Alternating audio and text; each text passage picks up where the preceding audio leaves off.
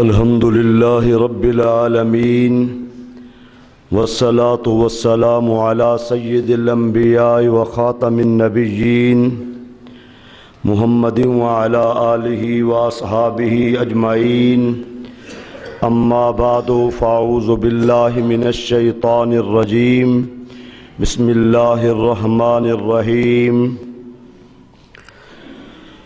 انما يخشى الله من عباده العلماء قال النبي صلى الله تعالى عليه وسلم العلماء ورثة الانبياء او كما قال رب اشرح لي صدري ويسر لي امري واحلل عقدة من لساني يفقهوا قولي قال الله تبارك وتعالى في شان حبيبه مخبرا وآمرا ان اللہ وملائکتہ یصلون علی النبی یا ایھا الذین آمنوا صلوا علیہ وسلموا تسلیما اللہم صل علی سیدنا ومولانا محمد وعلی آل سیدنا واصحاب سیدنا ومولانا محمد وبارک وسلم وصلوا علیہ صلاۃ وسلاما علیک یا سیدی یا رسول اللہ وعلى آلك واصحابك یا سیدی یا حبیب اللہ۔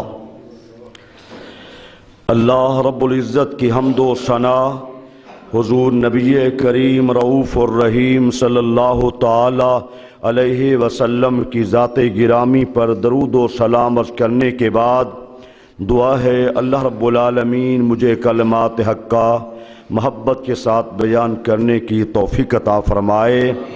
اللہ تعالی ہم سب کو مجدد دین و ملت الشاہ امام احمد رضا خان فاضل بریلوی رحمۃ اللہ تعالی علیہ کے ذات کے متعلق سننے کی، سمجھنے کی اور ان سے محبت کرنے کی توفیق عطا فرمائے۔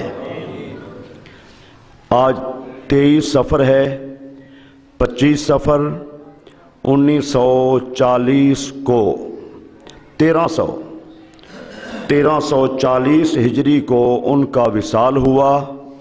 ان کی تاریخ پیدائش 1272 ہجری ہے۔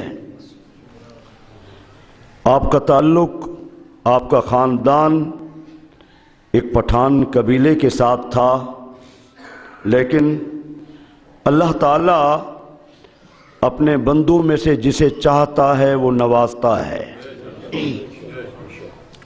یہ مالک کی عطا ہے، جسے دین دے، دنیا دے، اور جس کو وہ عزتیں، وہ شانیں، وہ مقام بخشے۔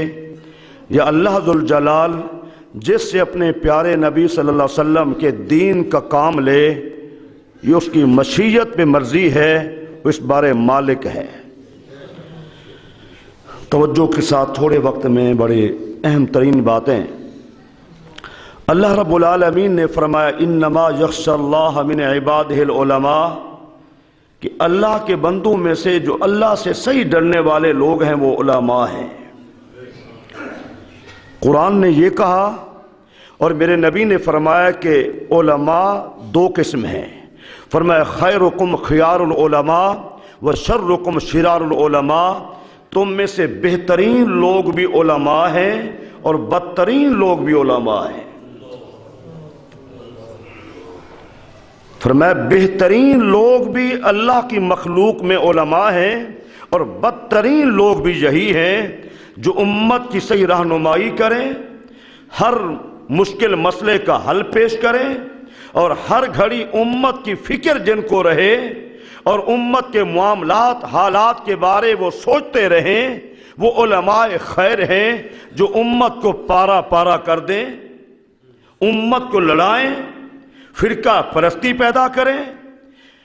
وہ علماء ظاہری طور پر تو قرآن و سنت کی روشنی میں ٹھیک ہے وہ عالم دین ہوں گے، لیکن وہ بدترین علماء کی صف میں ان کا شمار ہوگا۔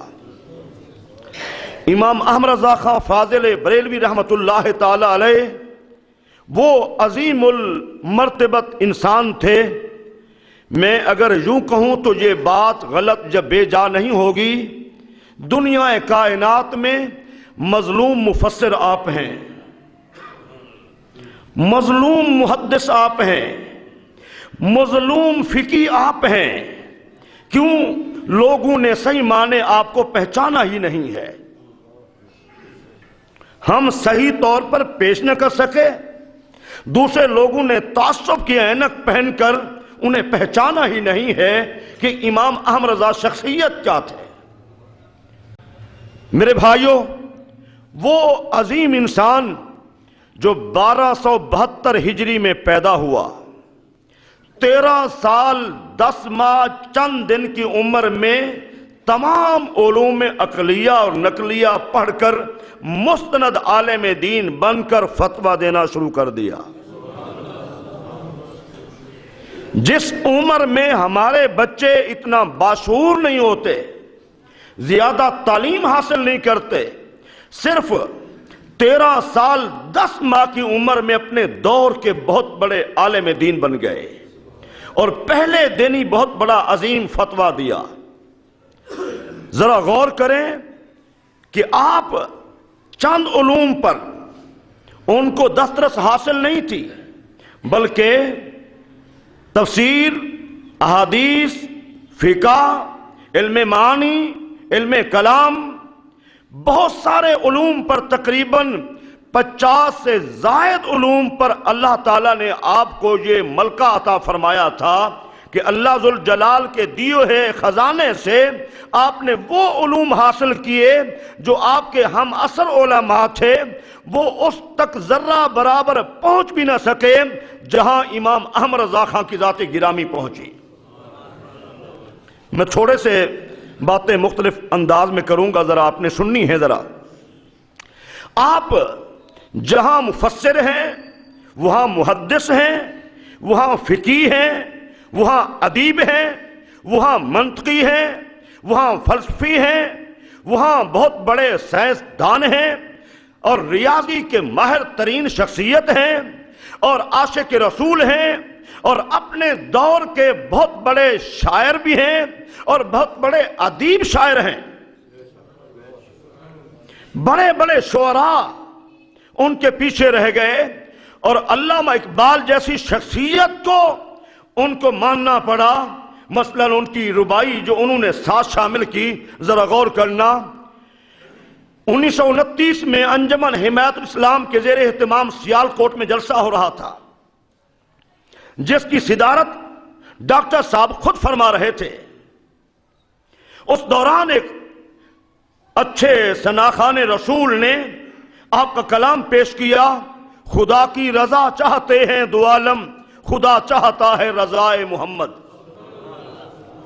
یہ بڑے خوبصورت انداز میں یہ آپ کا کلام پڑھا جا رہا تھا۔ علامہ اقبال سنتے رہے، پورے وجد اور ذوق میں آئے۔ جب خطبہ صدارت دینے کے لیے کھڑے ہوئے تو کہا، علامہ صاحب کا آپ نے کلام سنا، میں بھی اس کے ساتھ تھوڑا شامل کرتا ہوں۔